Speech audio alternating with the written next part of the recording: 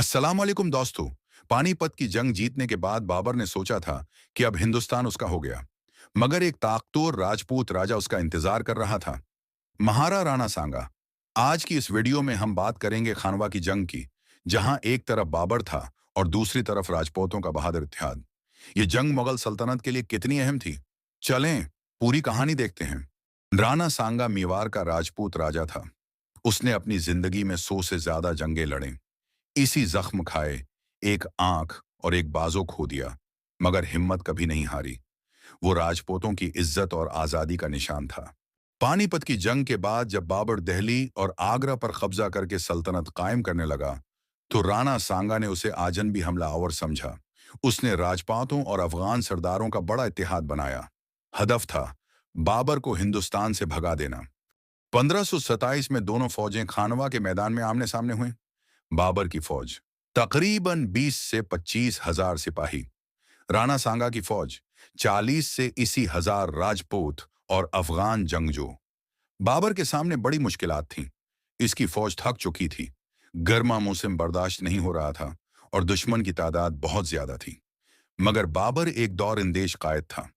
उसने मैदान में गाड़ियों की जंजीरों से दिफाई लाइन बनाई, तोप खाना तैयार किया और खंदकें खोद लें। 16 मार्च 1527 फैसला कुन दिन। जंग सुबह से शाम तक जारी रही। राजपूत बेमिसाल बहादुरी से लड़े। वो जीने या मरने का जज्बा लेकर आए थे। राणा सांगा खुद मैदान में था और अपने सिपाहियों को हौसला दे रहा था। बाबर ने तोप खाने का जबरदस्त इस्तेमाल किया। उसकी जदीद हिकमत अमली और मुनज्जम फौज ने राजपूतों की बहादुरी के बावजूद उनकी सफ़ें तोड़ दें। राणा सांगा शदीद जख्मी हुआ, मगर मैदान से निकल गया। उसके बहुत से इत्तेहादी शहीद हो गए। आखिरकार बाबर ने फतेह हासिल कर ली। इस फतेह के बाद बाबर ने मैदान का नाम फतेहपुर रखा, जो बाद में अकबर आजम ने फतेहपुर सीकरी शहर बनाकर शानदार दारुल हुकूमत बनाया। राणा सांगा कुछ महीनों बाद 1528 में इंतकाल कर गया। इसकी बहादुरी आज भी राजपूतों के दिलों में जिंदा है। इस जंग ने मुगल सल्तनत को शमाली हिंदुस्तान में मजबूत कर दिया।